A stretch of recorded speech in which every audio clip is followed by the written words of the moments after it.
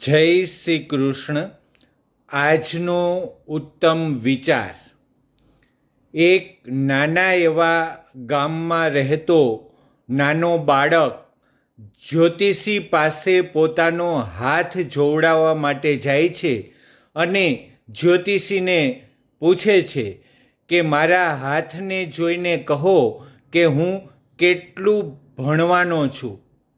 પેલા જ્યોતિષીએ બાળકનો હાથ જોઈને કહ્યું કે બેટા, માફ કરજે, વિધાતાએ તારા ભાગ્યમાં અભ્યાસની રેખા દોરી જ નથી, માટે આગળ ભણવું તારા માટે શક્ય નથી.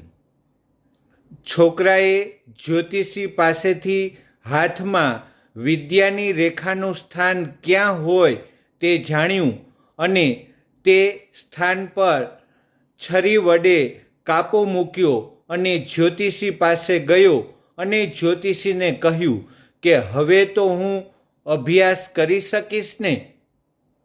આ બાળકના મુખારવિંદુ પર પુરુષાર્થના બળે પ્રારબ્ધ પ્રાપ્ત કરવાની લડાઈ લડવાનો ઈરાદો સ્પષ્ટ દેખાતો હતો.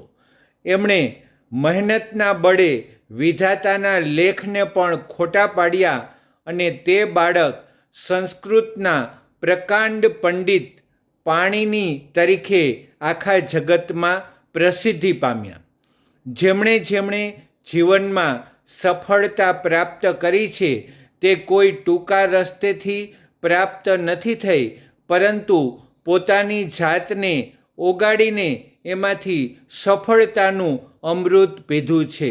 રાધે રાધે.